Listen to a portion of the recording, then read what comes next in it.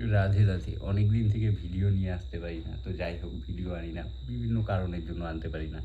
তার মধ্যে ভালো কিছু কারণ ছিল, খারাপও কিছু কারণ ছিল যার জন্য ভিডিও আনতে পারিনি। ইচ্ছাও ছিল না আর ভিডিও করব না, ভাবছিলাম ভিডিও করব না। যাদেরকে রোস্ট করি তাদের কোনো মান-সম্মান নাই।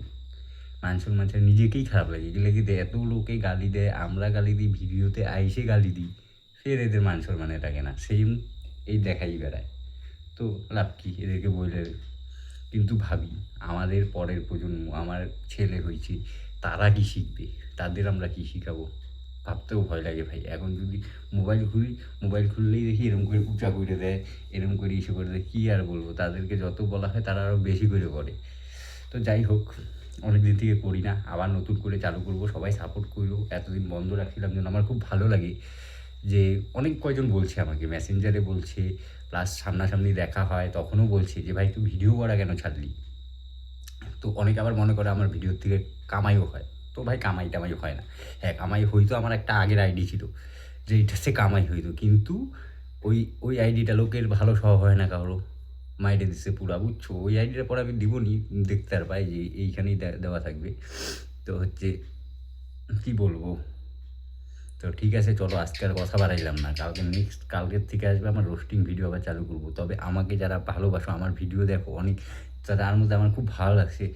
একজন মাস্টারবাবুই বলছে যে, "ভাই তুই কথাগুলা যাই বলিস, খারাপ বললেও কথাগুলা ভালো বলিস।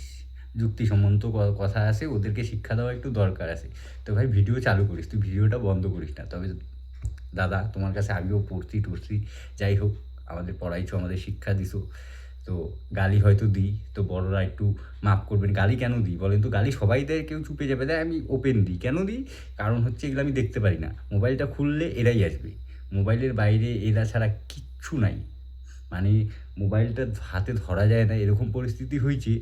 মোবাইলে খুলবো, ফেসবুকে ওপেন করলে বা ইনস্টাতে ওপেন করলেই আগে এই যে উঠা, এই যে দেখানো শুরু।